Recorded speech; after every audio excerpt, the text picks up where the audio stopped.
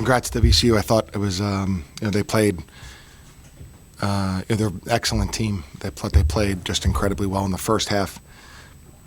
Obviously, when any team shoots like that, they're going to have a tremendous chance to win the game. I thought we played well in the first half offensively. I thought we competed and played a very good defensive second half. We made some adjustments to try to make it a little bit harder. And then, we're able to come back and make it a game. And unfortunately fell a little bit short. So we are there's some positive things for us to take out of it, and we're looking forward to our game at Dayton on Saturday. Chris, can you talk about the technical foul and perhaps how that sort of allowed them to settle down? Yeah. Well, yeah.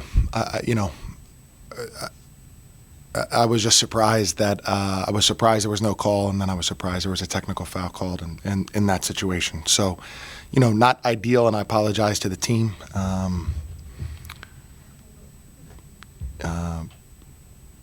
But there certainly seemed to be some contact on the drive, and that would have been a big play because if we scored there, I think we cut it to 7. So, rough starts, unfortunately for the Spiders, have been sort of common here in the last few weeks. I wonder if you could put your finger on that. Yeah, I think not exactly. I don't know, John. I mean, I think that the last 2 teams we played are extremely talented and have shot the ball well. Now that's a little bit, can we change that or have more of a force and an impact on that? I can't put my finger on it exactly, but I think maybe there are some things that we could look at to just try to start the game in a more aggressive manner. Whether that's something coming from an X's and O's standpoint or something that we do defensively. But that has been an issue, and we've become we've significantly improved offensively, I believe, but we still really have not made a high percentage of shots, especially at the beginning of the game. And so, tonight and against St. Joe's, even they were making shots at a high clip from the beginning of the game. If we're just making a few of ours, then it's not quite, doesn't feel quite as bad of a start. So there's a little bit of offense that we could do a little bit better, and then maybe some aggressiveness that we could introduce defensively earlier that maybe could help us get off to a better start. What are some of the positives that you can take away from, especially the second half? Yeah, I thought Mikkel Tyne played a great game. We asked both our guards to play 40 minutes, and they handled the pressure well. VCU's very good at generating turnovers. I think we had 7 turnovers in the game, so that's very positive. I thought Mikkel played a great game. He just didn't have a good shooting night, and I told him that we've had a lot of guards here that have done both. They've been able to have command of the game and take care of the ball and then also shoot the ball well, and I think that's probably the next step for him. But I thought he played really a great game. I thought Dushin played a tremendous second half. I thought Jonathan Beagle gave us a pretty good lift. B. Artis White, I thought, competed and played 40 minutes.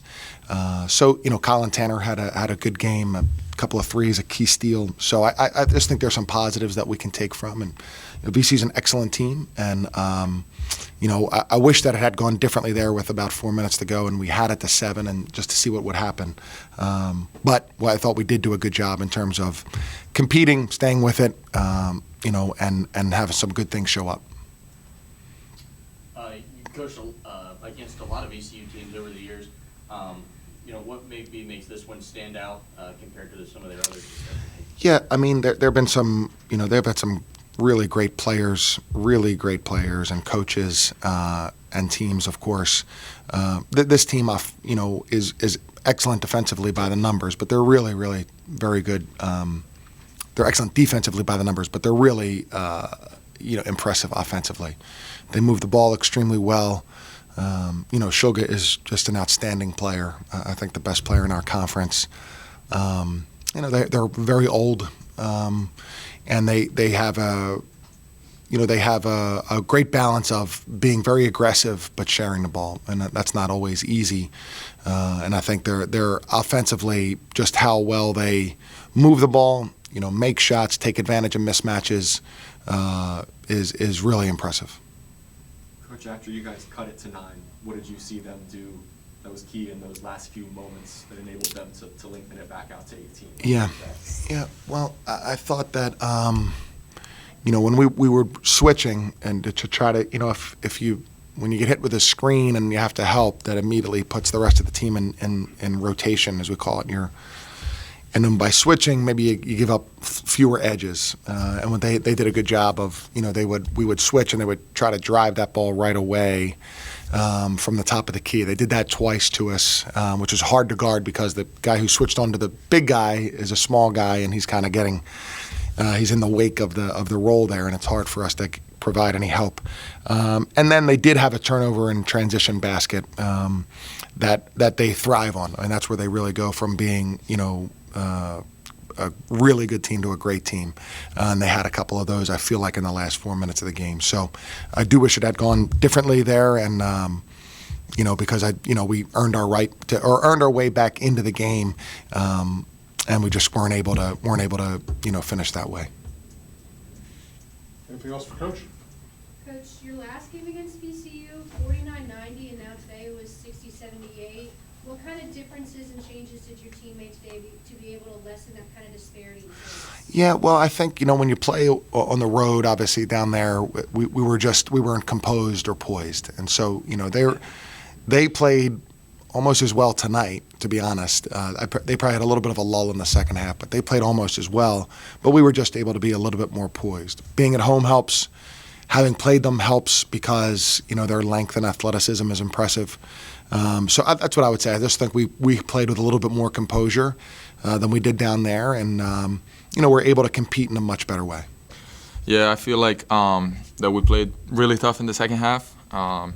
We kind of got them feeling comfortable in the first half, which we gotta figure out how to start off first few minutes much better with more intensity like we did in the second half. I think that's going to be the key moving forward.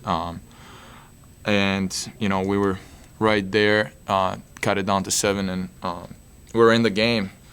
Some easy offensive rebounds for them, and some turnovers I felt like kind of decided, but I'm proud how we played as a team in the second half defensively, and I see a lot of positivity from this game moving into next 2 and DC in March. So.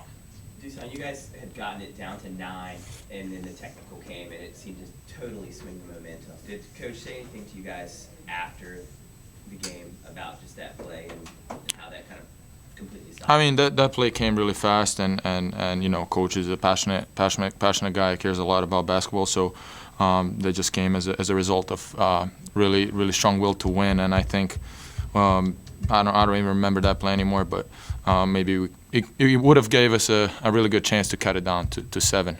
But the passion is there, so. Dusan, what were the key differences for you between the first half and the second half? What did you guys do better in that second period to make this a more competitive game? In the first half, we were too much in rotations. I think the switching that we did really helped us. Although it's hard guarding a lot of different guys on the court, I think we did a really good job in the second half and kind of got on the same page. I think that, and a little bit of the press that we did and put a little bit of pressure on them. I think that worked in our favor. I think just being mentally there, being so engaged. I think in those things and what coaches were saying, I think we executed well, but not good enough to win the game. How much harder is it game planning for a team that has basically 4, 5, 5th, and 6th year grad players who can score? There's not one guy that anyone can get. How much more difficult is that to game plan for? I mean, obviously, the great team, top of the league, and it's difficult playing against them. But I felt like just being in those mismatches, it is hard for centers, for us forwards, guarding smaller guards. But I felt like we took a really good step. We showed in the second half that we could, that we can play with them, and we were right there. So I felt like preparing for any other game. Just noting that they're top of the league, but which is a challenge for us, and that's what we want. That's who we want to compete with to win this thing. So.